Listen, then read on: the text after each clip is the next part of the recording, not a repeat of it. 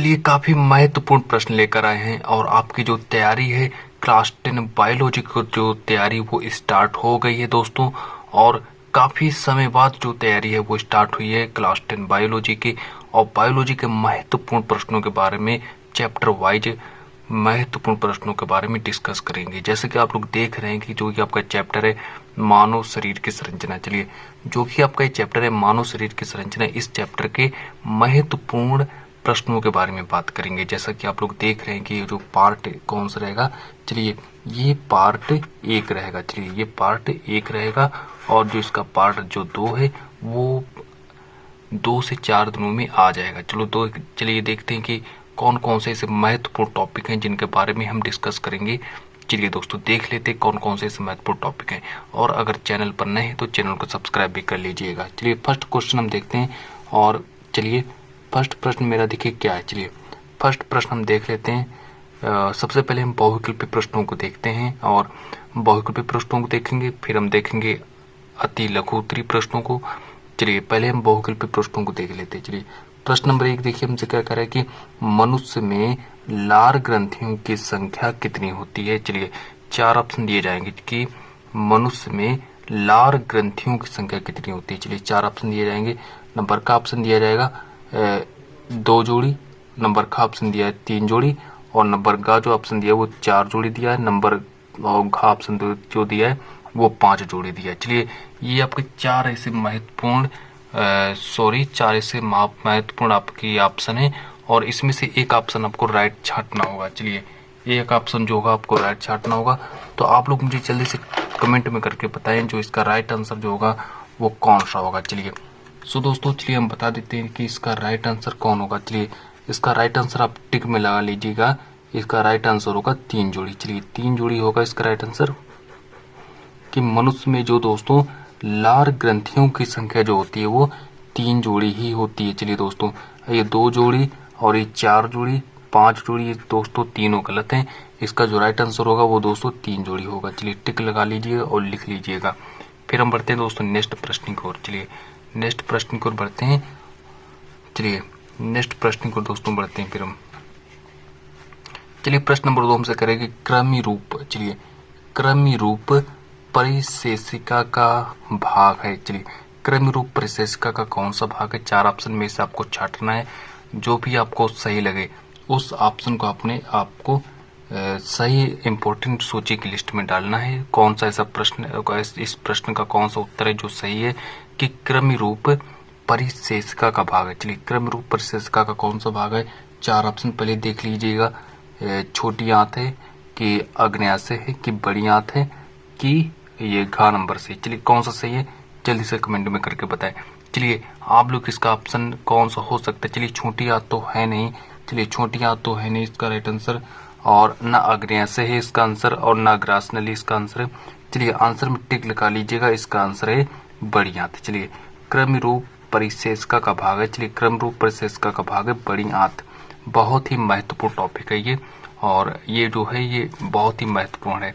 Board में बार बार पूछा जाता है कि क्रम रूप परिशेषिका का भाग है। चलिए लिख लीजिएगा बड़ी आंत है। और जितनी बार ना समझ में आए उतनी बार इस क्लास को देखिएगा। जितनी बार समझ में आए उतनी बार क्लास को देखिएगा और जहां पर भी ना समझ में आए तुरंत कमेंट में करके पूछ लीजिएगा मुझसे। चलिए और आगे बढ़ते हैं कि निम्नलिखित में से कौन सी एक ग्रंथि जठर ग्रंथि नहीं है। चलिए अब 4 ऑप्शन दिए गए हैं और हमसे कहा जाएगा कि निम्नलिखित में से कौन सी एक ऐसी ग्रंथि है जो कि जठर ग्रंथि नहीं है। चलिए हेलो और देखते हैं कि कौन सी ऐसी ग्रंथि है जो कि जठर ग्रंथि नहीं है। चलिए नंबर का ऑप्शन दिया है कार्डियक ग्रंथि, नंबर का ऑप्शन दिया फंडिक ग्रंथि, पाइलोरिक ग्रंथि और लाल ग्रंथि। चलिए इसका राइट आंसर क्या होगा जल्दी से कमेंट में करके बताएं। तो दोस्तों इसका राइट आंसर कौन सा होगा। चलिए और जो इसको दोस्तों दिए हैं कि इसका दोस्तों पहले आप कमेंट में लिख लीजिएगा राइट आंसर इसका होगा लाल ग्रंथि। चलिए लाल ग्रंथि इसका राइट आंसर होगा। चलिए कमेंट में लिख लीजिएगा इसका जो राइट आंसर होगा दोस्तों लाल ग्रंथि ही होगा। चलिए दोस्तों अब हम बढ़ते हैं प्रश्न नंबर नेक्स्ट। अब चलिए लाल ग्रंथि इसका आंसर होगा। चलिए कि निम्नलिखित में से कौन सी एक ग्रंथि जठर ग्रंथि नहीं है। चलिए कौन सी ग्रंथि जठर ग्रंथि नहीं है। तो लिख लीजिएगा लाल ग्रंथि है, जठर ग्रंथि नहीं है। चलिए और आगे बढ़ते हैं, प्रश्न नंबर 4 की ओर बढ़ते हैं। प्रश्न नंबर 4, अब जो तैयारी है वो क्लास 10 बायोलॉजी की स्टार्ट हो चुकी है। प्रश्न नंबर 4 देखते हैं कि मानव हृदय में कक्षों, कक्ष भी कह सकते हैं या फिर वेश में भी कह सकते हैं। चलिए कक्ष या वेश में की संख्या कितनी होती है। चलिए मानव हृदय में कक्षों या वेशमों की संख्या कितनी होती है। 4 ऑप्शन दिए जाएंगे, नंबर का ऑप्शन दिया जाएगा। चलिए नंबर का ऑप्शन दिया जाए 1 सही है कि 3 सही है कि 2 सही है कि 4 सही है। चलिए इसका राइट आंसर कौन सा होगा दोस्तों, जल्दी से कमेंट में करके बताएं कि मानव हृदय में कक्षों या फिर वेश में, चलिए कक्षों या फिर वेश में की जो संख्या होती है वो दोस्तों कितनी होती है। चलिए कमेंट में करके बताएं। तो दोस्तों इसका जो, चलिए हम राइट आंसर बता देते हैं। जो इसका राइट आंसर जो होगा दोस्तों वो 4 होता है। चलिए इसका राइट आंसर 4 होगा कि मनुष्य में मानव हृदय में कक्षों या वेशमों की संख्या जो होती है वो दोस्तों 4 होती है। चलिए टिक लगा लीजिएगा और लिख लीजिएगा कि मनुष्य में जो कक्षों की संख्या कितनी होती है। चलिए मनुष्य में जो कक्षों की संख्या होती है वो 4 होती है। और इसी के साथ अब हम बढ़ते हैं प्रश्न नंबर 5 की ओर बढ़ते हैं दोस्तों कि 5 देख लीजिए प्रश्न क्या है। चलिए कि पाइलोरी सिरा, चलिए पाइलोरी सिरा खुलती है। चलिए प्रश्न नंबर 5 की ओर बढ़ते हैं कि पाइलोरी जो सिरा है वो खुलती है। चलिए दाहिने अलिंद में सही है कि बाएं अलिंद में सही है कि बाएं निलय में सही है कि दाहिने निलय में सही। चलिए जल्दी से कमेंट में करके बताएं। आपको मैं 15 सेकंड का समय देता हूं। चलिए कि पल्मोनरी सिरा जो है वो किस भाग में खुलती है, कि दाहिने अलिंद में खुलती है कि बाएं अलिंद में खुलती है, चलिए कि बाएं निलय में खुलती है। चलिए जल्दी से बताएं कि बाएं अलिंद में खुलती है। चलिए जल्दी से बताइए इसका राइट आंसर दोस्तों कौन सा होगा। चलिए दाहिने अलिंद तो बिल्कुल ही गलत है, इसको आप गलत कर दें। फिर हम और आगे बढ़ते हैं दोस्तों की, फिर दिया है दोस्तों बाएं अलिंद में। चलिए बाएं अलिंद में दिया है तो दोस्तों यही आपका सही होगा। चलिए बाएं अलिंद को सही कर लीजिएगा, बाएं अलिंद ही इसका राइट आंसर होगा। चलिए बाएं अलिंद में आप सेव कर लीजिए, बाएं अलिंद ही इसका राइट आंसर होगा। चलिए लिख लीजिएगा बाएं अलिंद। चलिए अब हम बढ़ते हैं प्रश्न नंबर नेक्स्ट की ओर। चलिए प्रश्न नंबर नेक्स्ट देखिए क्या है कि मनुष्य में दुग्ध ग्रंथि या फिर स्तन ग्रंथि रूपांतरित रचना है। चलिए रूपांतरित रचना है। चलिए प्रश्न नंबर 6 कि मनुष्य में दुग्ध ग्रंथि या फिर उसे स्तन ग्रंथि भी कह सकते हैं, उसको हम स्तन ग्रंथि भी कह सकते हैं। चलिए नंबर का ऑप्शन दिया स्वेद ग्रंथि, नंबर का लार ग्रंथि और तेल ग्रंथि, जठर ग्रंथि। चलिए जल्दी से कमेंट में करके बताएं इसका राइट आंसर कौन सा होगा। चलिए जल्दी से कमेंट में करके बताएं इसका राइट आंसर क्या होगा दोस्तों। चलिए कि मनुष्य में दुग्ध ग्रंथि रूपांतरित रचना है। चलिए कि मनुष्य में दुग्ध ग्रंथि रूपांतरित रचना है, इसका राइट आंसर कौन सा होगा दोस्तों। चलिए तेल ग्रंथि इसका राइट आंसर, आप टिक लगा लीजिएगा, तेल ग्रंथि सही है। चलिए तेल ग्रंथि सही है, जल्दी से इस पर इसको टिक लगा लीजिएगा, इसको सही कर लीजिएगा। और ये दोस्तों तीनों गलत हैं, ये दोस्तों राइट नहीं है, तीनों गलत हैं। और जो इसका राइट आंसर होगा दोस्तों वो गा नंबर टिक कर लीजिएगा। चलिए लिख लीजिएगा। फिर हम बढ़ते हैं प्रश्न नंबर नेक्स्ट की ओर। चलिए जल्दी से लिख लीजिएगा, फिर हम प्रश्न नंबर नेक्स्ट की ओर बढ़ते हैं दोस्तों। जल्दी से लिखिए, 30 सेकंड का समय देते हैं, जल्दी से लिखिए फिर दोस्तों। और हम फिर बढ़ते हैं नेक्स्ट प्रश्न की ओर। नेक्स्ट प्रश्न देखिए मेरा बहुत ही महत्वपूर्ण प्रश्न है। चलिए प्रश्न नंबर नेक्स्ट देख लेते हैं क्या है। चलिए पूछा जाएगा कि फेफड़ों में जो रक्त, शुद्ध रक्त है, चलिए जो फेफड़ों में जो दोस्तों शुद्ध रक्त है वो दोस्तों कहाँ से आता है। चलिए जो फेफड़ों में जो दोस्तों शुद्ध रक्त है वो दोस्तों कहाँ से आता है। 4 ऑप्शन देख लेते हैं और जो राइट आंसर होगा उस पर टिक लगा देंगे। चलिए फेफड़ों में जो शुद्ध रक्त है वो कहाँ से आता है दोस्तों। बाएं अलिंद दिया है, दाएं अलिंद दिया है, बाएं निलय दिया है, दाएं निलय दिया है। चलिए इसका राइट आंसर कौन सा होगा, जल्दी से कमेंट में करके बताएं कि फेफड़ों में जो दोस्तों शुद्ध रक्त जो होता है वो दोस्तों कहाँ से आता है। चलिए कहाँ से आता है तो दोस्तों इसका राइट आंसर क्या याद रखेंगे, इसका राइट आंसर याद रखेंगे बाएं अलिंद में। चलिए दोस्तों इसका राइट आंसर कौन सा होगा, बाएं अलिंद में। चलिए बाएं अलिंद में याद रखेंगे, इसका जो राइट आंसर होगा नंबर का इसका राइट आंसर होगा। चलिए बाएं अलिंद में याद रखेंगे। और दोस्तों इन तीनों को गलत कर देंगे, ये तीनों नहीं सही हैं, ये तीनों को गलत कर देंगे। चलिए चैप्टर है आपका मानव शरीर की संरचना और इस चैप्टर के महत्वपूर्ण प्रश्नों के बारे में बात कर रहे हैं। नेक्स्ट प्रश्न दोस्तों देख लेते कौन सा है कि शुद्ध रुधिर को शर्करा के विभिन्न, चलिए शुद्ध रुधिर को शर्करा के विभिन्न भागों में ले जाती है। चलिए, शुद्ध रुधिर को शर्करा के विभिन्न भागों में ले जाती है। कौन ले जाती है? नंबर का ऑप्शन दिया शिराएं, नंबर का ऑप्शन दिया दाएं निलय, फिर महाशिराएं, महाधमनी है। कौन सा ऐसा राइट आंसर है जो इसका सही होगा? चलिए, इसका जो दोस्तों राइट आंसर होगा वो होगा दोस्तों कौन सा? चलिए, ये गलत है, ये इसको भी गलत कर लीजिए, इसको गलत कर लीजिए और राइट आंसर कर लीजिए महाधमनी। चलिए, इसका राइट आंसर हो जाएगा दोस्तों महाधमनी हो जाएगा इसका राइट आंसर। चलिए, प्रश्न नंबर 8 तक हम बात कर चुके हैं। अब हम बढ़ते हैं प्रश्न नंबर नेक्स्ट जो मेरा है वो देखिए क्या कह रहा है। चलिए, प्रश्न नंबर नेक्स्ट देख लीजिए क्या है कि मनुष्य में कृंतक या छेदक दांतों की संख्या कितनी होती है? चलिए, मनुष्य में कृंतक या छेदक दांतों की संख्या कितनी होती है? इसके भी 4 ऑप्शन दिए जाएंगे दोस्तों। चलिए, नंबर का ऑप्शन दिया 8, नंबर का ऑप्शन दिया 4, नंबर का ऑप्शन दिया 6 और नंबर का ऑप्शन दिया 12। चलिए, जल्दी से बताइए इसका राइट आंसर क्या होगा। जल्दी से दोस्तों बताइए इसका राइट आंसर क्या होगा कि मनुष्य में कृंतक या छेदक दांतों की संख्या कितनी होती है। तो आप लोग टिक लगा लीजिएगा। इसका राइट आंसर होगा दोस्तों 8 होगा। चलिए, 8 पर टिक लगाइए और इसको सही करिए। अब बढ़ते हैं प्रश्न नंबर 10 की ओर। प्रश्न नंबर 10 देखिए क्या कह रहा है। प्रश्न नंबर 10 की ओर बढ़ते हैं दोस्तों कि त्वचा के जो रंगाकण है, चलिए त्वचा के रंगाकण उपस्थित होते हैं। चलिए, त्वचा के जो रंगाकण है वो कहाँ उपस्थित होते हैं? चलिए, जल्दी से बताइए कमेंट में करके जो त्वचा के जो रंगाकण है वो कहाँ उपस्थित होते हैं। चलिए, जल्दी से कमेंट में करके बताएं। और जो इसका दोस्तों नंबर का ऑप्शन दिया डर्मिस और नंबर का ऑप्शन दिया एपिडर्मिस, नंबर का ऑप्शन दिया मैलपीगी स्तर में, मेलेनोसाइट कोशिकाओं में और नंबर का ऑप्शन दिया दोस्तों कड़ी स्तर की कोशिकाओं में। चलिए, इसका राइट आंसर बताइए क्या होगा। जल्दी से बताइए दोस्तों इसका राइट आंसर क्या होगा, फिर हम आपको बताते हैं इसका राइट आंसर क्या होगा। पहले आप लोग जल्दी से कमेंट में करके बताएं। चलिए दोस्तों, इसका राइट आंसर क्या होगा? चलिए जल्दी से बताएं। चलिए, टिक लगा लीजिएगा। इसका गा नंबर सही है। चलिए, गा नंबर सही है कि मैलपीगी स्तर की मेलेनोसाइट कोशिकाओं में जो दोस्तों जो त्वचा के रंग कण होते हैं वो उपस्थित होते हैं। चलिए, मैलपीगी स्तर में इस यहाँ पर मैलपीगी स्तर की मेलेनोसाइट कोशिकाओं में जो दोस्तों जो त्वचा के रंगाकण होते हैं वो उपस्थित होते हैं। चलिए, इतना याद रखेंगे। और अब हम बढ़ते हैं प्रश्न नंबर 11 की ओर। चलिए, प्रश्न नंबर 11 देख लीजिए क्या कह रहा है मुझसे कि प्रश्न नंबर 11 देख लेते हैं क्या है कि ग्रास नली द्वार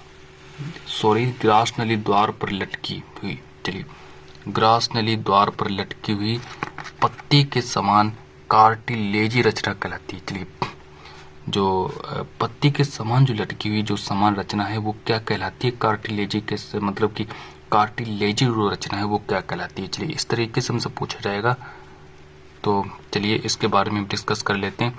4 ऑप्शन हमको दिए जाएंगे। नंबर का ऑप्शन जो दिया जाएगा वो दिया जाएगा एपीपैरिट्स और एल्वियोलाई, एपिग्लोटिस और श्लेष्मा वर्ण। चलिए, इसका दोस्तों राइट आंसर आप लोग याद रखेंगे कि एपिग्लोटिस को याद रखेंगे। चलिए, एपिग्लोटिस पर टिक लगा लीजिए। इसका राइट आंसर होगा दोस्तों एपिग्लोटिस को याद रखेंगे। अब हम बढ़ते हैं प्रश्न नंबर नेक्स्ट की ओर कि यकृत संश्लेषित करता है। चलिए, यकृत जो है दोस्तों क्या संश्लेषित करता है? चलिए, यकृत संश्लेषित करता है। चलिए, यकृत जो है दोस्तों संश्लेषित करता है। 4 ऑप्शन दिए जाएंगे शर्करा, रुधिर, यूरिया, प्रोटीन।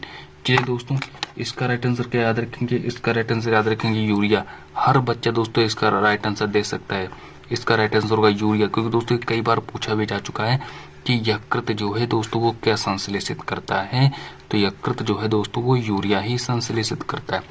चलिए, काफी सरल व इम्पोर्टेंट प्रश्न है ये और हर बच्चा इस प्रश्न को सही करके आता है। चलिए, अब हम बढ़ते हैं कुछ महत्वपूर्ण प्रश्न हैं, मतलब कि यानी कि अति लघुत्तरीय प्रश्नों में आते हैं कि रक्त परिसंचरण तंत्र की खोज किसने की? चलिए बताइए कि रक्त परिसंचरण तंत्र की खोज किसने की? दोस्तों जल्दी से बताइए कि रक्त परिसंचरण तंत्र की खोज विलियम हार्वे ने की थी। चलिए दोस्तों याद रखेंगे कि यहाँ पर लिख लीजिएगा दोस्तों कि रक्त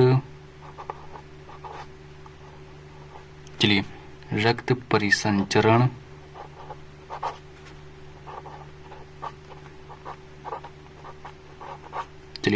रक्त परिसंचरण तंत्र की खोज रक्त परिसंचरण तंत्र की खोज दोस्तों किसने की? यहाँ पर लिख लीजिएगा विलियम हार्वे।